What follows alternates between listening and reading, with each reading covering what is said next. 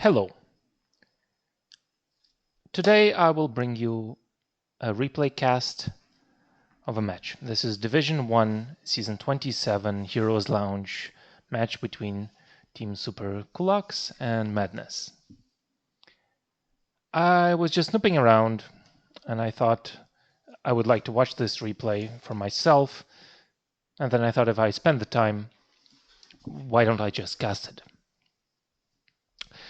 So this is a replay, so we don't see picks and bans. I did prepare this very advanced, high-tech slideshow for you guys so we can see the picks and bans.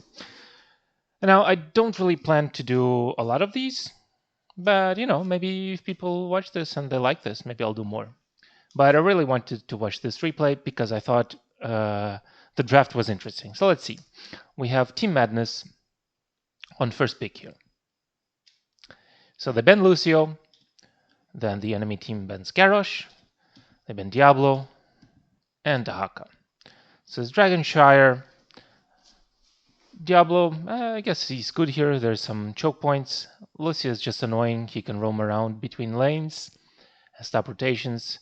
The Haka, just a strong hero to join fights. And Garrosh, I guess he also has some bush control. So let's see the first pick from Team Madness. Right out the bat, it's the Imperius. And I think in this patch, Imperius was already slightly changed.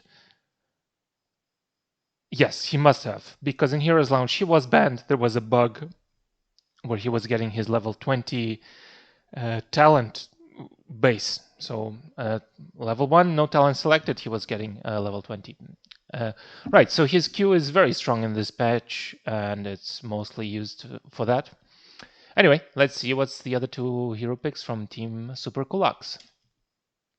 Morden and Brightwing. So solid picks, and then let's see what it's answered with by Madness. So already, if you look at this, this is a very interesting draft, at least for me.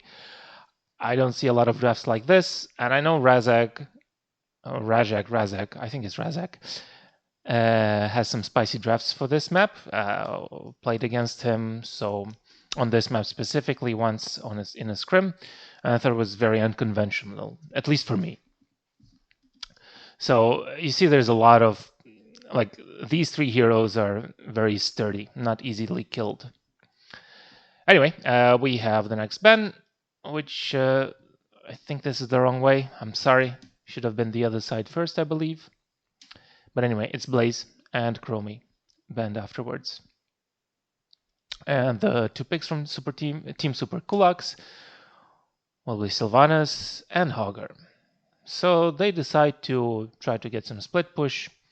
Hogger might be here for camp control. He can solo camps very easily, particularly the Bruiser camp.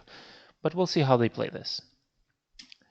Last two picks is Irel and Rhaegar. Again, all of these heroes have already a very high HP bar.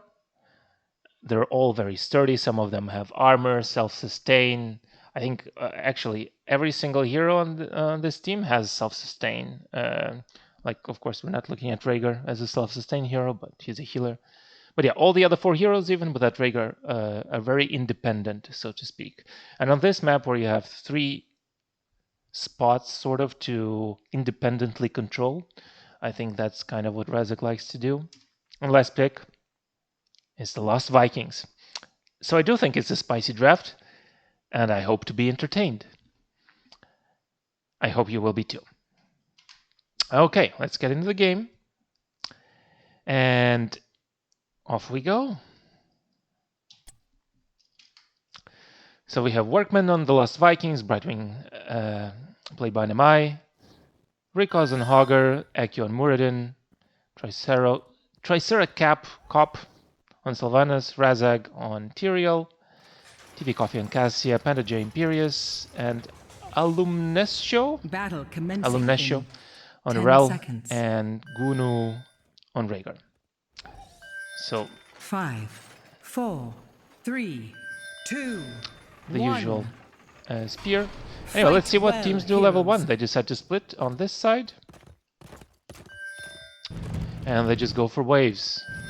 Now probably they expect the 4-man AFK push bottom with the Lost Vikings able to soak, so they play a defensive side. We have an engage here, and Hogger's out.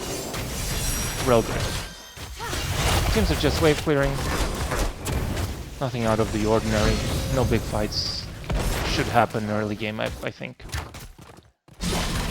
I am curious to see how Sylvanas will move. Oh, but we might get a catch here. Oh, big spear, predicted! And it's a kill. And even Brightwing almost goes down. This is a very sturdy team that can do a lot of damage very quickly. That's a great catch. Now the enemy team still has Vikings, and they will just do their thing. They just soak. You think yourself worthy to wield There's the Hogger hogging. Amazing camp value. I guess one hero dies. Stop. Not too difficult for Irel to solo kill Eric there. Both teams get the camp almost at the same time, right behind the minion wave, so very good timing. Both teams start the hard camp, and it's Sylvanas and Hogger. Let's see if he gets the spin here. Oh, interesting angle. Not the way I would have done it. I would have gone up and down, but with support it's still fast enough. They cap it immediately. A little should be still good with the wave. Yeah, the wave. It's good, well timed, and here as well, decently timed. Red team already has control of both shrines. Interesting. Sylvanas hasn't been able to use her trait.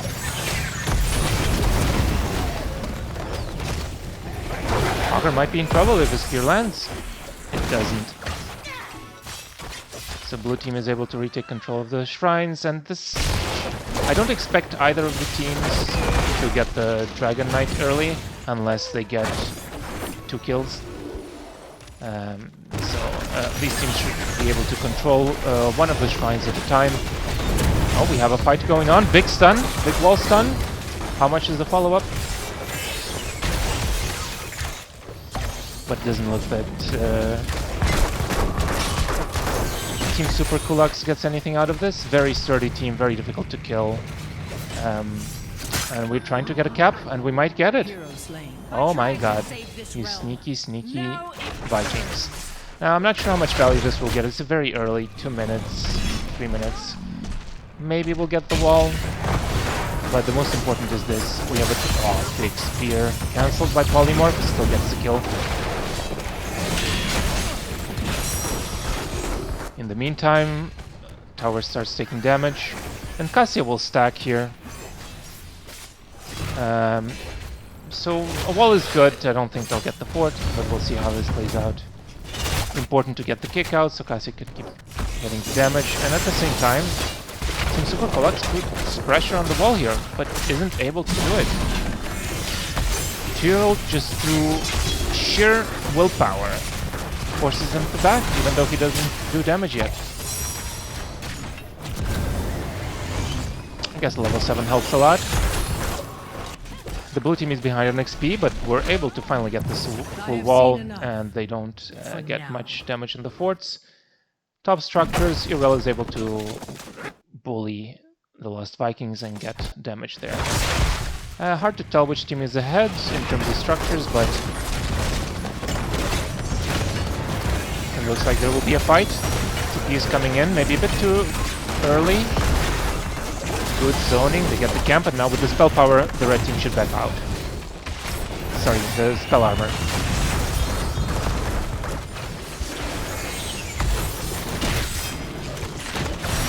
Yeah, with this minion aura, the spell armor is pretty strong. It's very hard for this team to bully them out. Very good use of the trait here. The fort took some damage. Irel is double soaking now. And Team Madness is ahead on XP, and they almost get a kill on Muradin. As you can see, very sturdy team, very hard to bully, very hard to kill. Back on camps, let's see. Oh, the Vikings does not have the highest APM. This Sylvanas is just clicking out of her mind. As is Cassia. So the Vikings, very chill game, not much APM.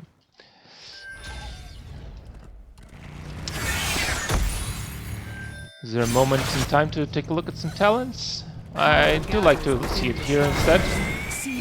Doesn't look another king kill on one of the Vikings. Irel should have an easy time with it.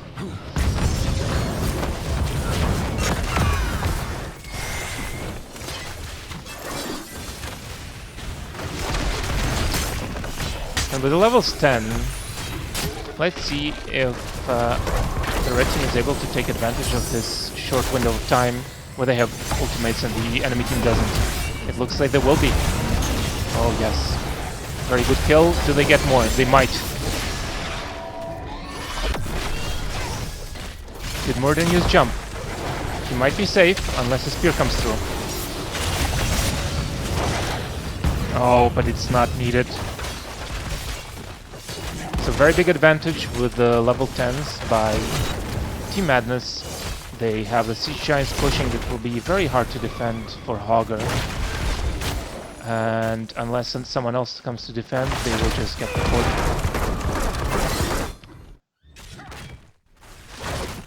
So walls are gone on both sides, no damage on forts. Top side, Irel's still bullying the Vikings.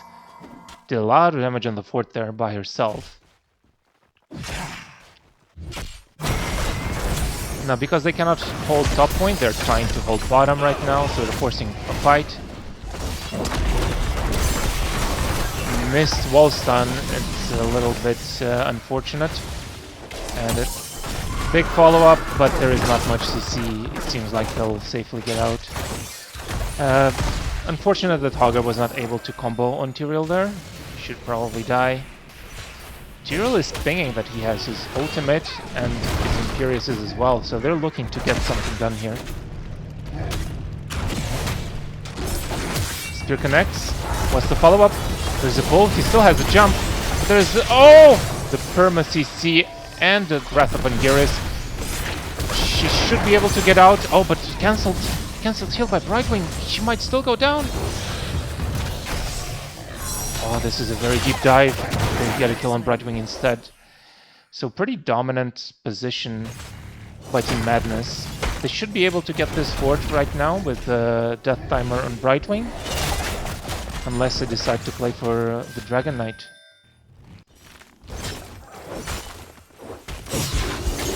So if they decide to play it slow, and they get a kill on Hogger. Ah, that should not have happened. And they got the Dragon Knight. Ah, things are breaking down. Let's see how much of an advantage the red team can get out of this. They should get at least 2 forts from this. The Vikings won't really do much. Can't do much against the row, unfortunately. So it's all about the soaking XP and fighting as a 4-man, but with such a sturdy 4-man or even 3-man, the blue team just can't kill anything. There's too much protection, too much armor, too much shields, too much self-healing. It's just so difficult for them. So my prediction was they get more than 1 fort. They haven't been able to get the middle one, and Dragon Knight only has 20 seconds. Oh, big fight, big engage, big stun. Silence misses Rhaegar though. We're still following, but only Vikings and Murden is not going to be enough. Oh, there's the counter engage, big Tyrael ult. What's the follow-up? Oh, it seems everyone gets out and no forts die. But this fort should die now. With a whole wave and Tyrael shields, they should be able to get this fort. They actually go for the fight instead. Might be poor decision making. And it turns out it is. So they give the enemy chance. The enemy team a chance to come back. But they just don't have enough CC to follow up to break this really sturdy front line. They steal the camp, they make an aggressive play, there is a wave coming down, plus the camp. I hope they can take some momentum back, because the game is becoming closer than it should have been. Some mistakes are being punished. They decide to full push the fort. very good. A little bit isolated. Ultimate here not going to do much. But Rajak is coming with his to support the team, and they have to back off. They're just not able. They're just scared.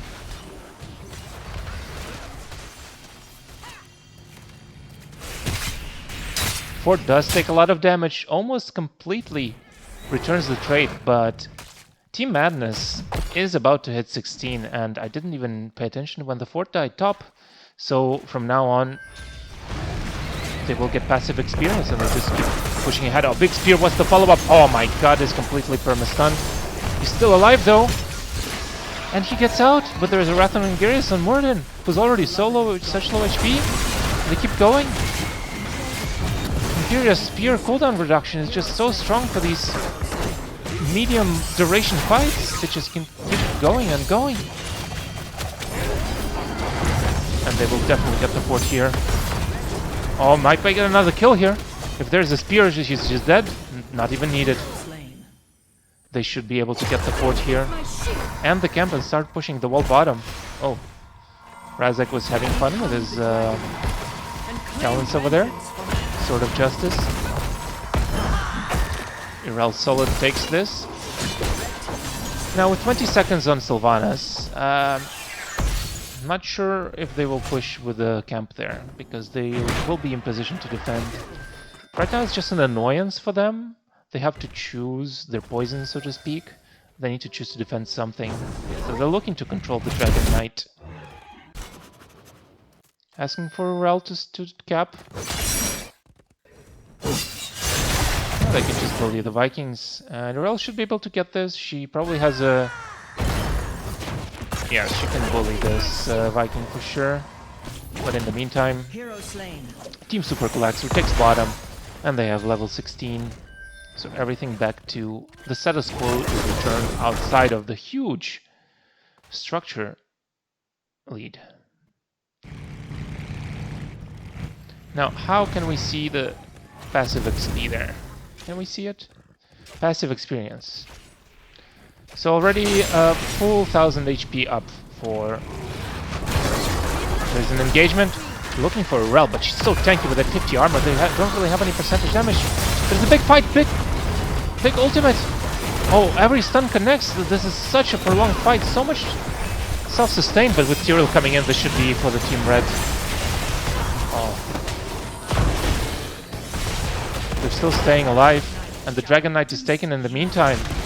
So a pretty good fight for a Team Madness. They might get a kill still, and this should be a keep.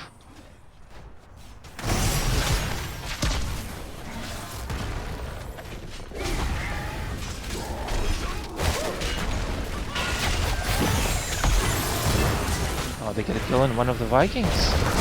Illegal. They might force to end the game here if they get 2 more kills. Death timers are still in favor of Team Blue.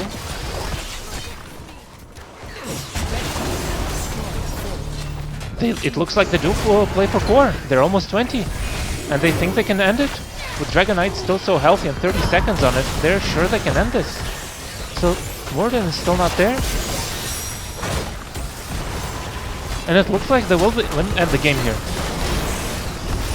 They just can't stop the Dragon Knight. There is no percentage health damage for him. No hero can deal with it. Team Super Kuláks really tried to play the macro, but they just got too many kills. Team Madness. And they were able to completely control the game. So the Lost Vikings were not able to have enough impact. Irel just bullied it. And the rest of the team just couldn't deal as a 4-man. This 4-man, not strong enough. If you have the Lost Vikings, you probably need to be able to do more siege damage. And Hogger isn't it. Sylvanas is good there. But you see, they just couldn't break through. Like all this protection, all this armor, all shields, healing is just so difficult for them. GG, well played.